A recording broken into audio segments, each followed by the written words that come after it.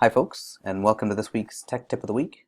This week we're going to be talking about using Google Forms to create a parent call log, because sometimes when we make phone calls home to parents, we will write it on a sheet of paper when we called and what we talked about. Maybe we can't find that sheet of paper, or we write it on the back of the message sheet that we get left on our desk, but this Google form will allow you to keep everything organized and in one spot. And I've also included a link in the email to make a copy of this form and adjust it as you need to.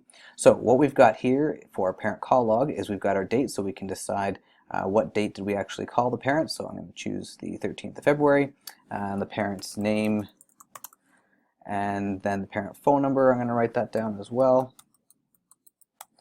And then I can choose my students. So in this form I created a drop-down menu with all of my students in my class. So I'm going to choose this particular student and the items that we discussed. So maybe Billy was struggling with some math concepts and I suggested some activities they can work on at home.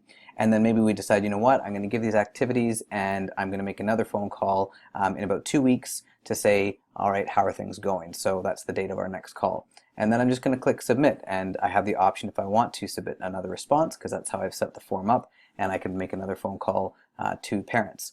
Now the good thing is when I go back into my form itself and I click on the responses, I can either go to the individual ones where I have chatted with 3 parents here, and maybe I'm going to take a look at my first one where I contacted Harpreet Singh and we discussed some attendance issues with that particular student. So I've got all the individual responses, or again I can click on this little green button here and it will take me to a copy of my Google Sheet.